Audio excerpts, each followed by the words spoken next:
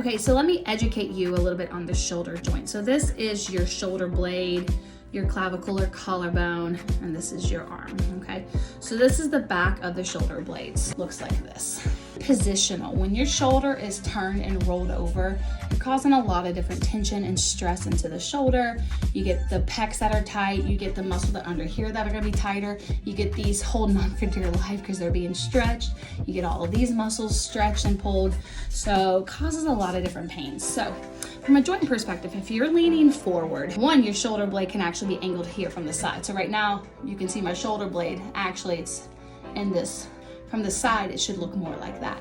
So you see a lot of shoulder blade here. That means every muscle here is the knots and those pain, that's what you're feeling. But just from a shoulder movement standpoint, whenever it's forward, you being stretched and pulled causes a lot of pain, okay? Whenever your shoulder is rolled forward, you're trying to move your arm. Every time you move it up, you are actually compressing. So do you see in the slot here, like underneath, right there where my finger is, your supraspinatus lives there. That is your top rotator cuff muscle. Very, very common between that one and infraspinatus, which is back here or back here.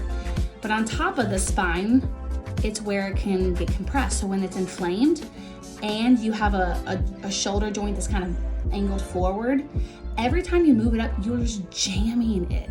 That's why I've mentioned, like, hey, whenever your shoulder's hurting, don't go above 90 degrees because you are going to hurt and continually hurt that muscle. So this is the one that I really like to dry needle because I can get deep into there. It's really hard to do it any other way. Clavicle's also involved here too. Sometimes you get restricted here, whether it's at the sternum or your chest bone or kind of here at the AC joint. But this can cause so many pains.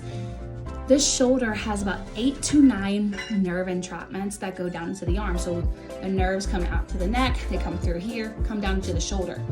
From a pec standpoint, which is on the front, from a posterior aspect, so you have all your rotator cuff muscles, you have your lat, you have serratus, all these things here, you can get 8 to 9 entrapment points. What that means is when your muscles are tight, you can cause nerve pain to your hand.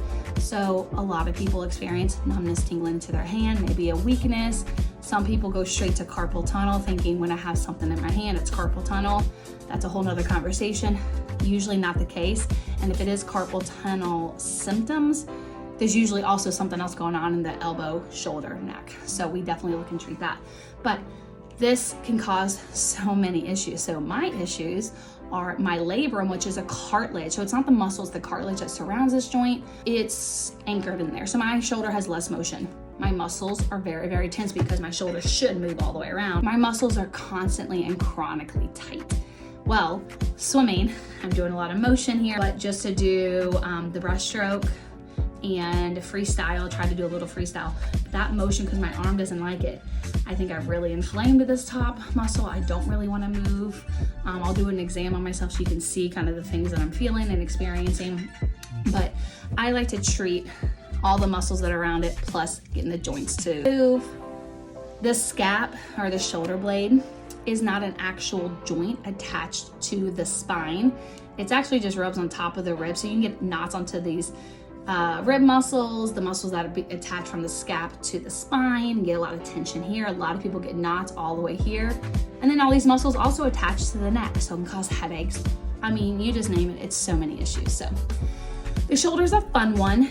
It's a hard one. It's supposed to move in so many directions, so there's so many different ways you can treat that. It's a crazy joint. Love to treat them though, because I know the relief. And I have some secret spots that from being an athlete in personal care that a lot of people miss. And so those are my first go-tos when someone comes to me for shoulder pain. I will show you them. I fully can't treat them myself because of the positions that and where they are. It's just harder to get, but I will definitely explain them to you and show you what all I do to help get myself some relief, but also maybe to help you, whether you can do something at home or talk to your clinician about that, or just know some things that you can do to potentially help your shoulder instead of just taking a medication. So hopefully this helps you understand the shoulder just a little more.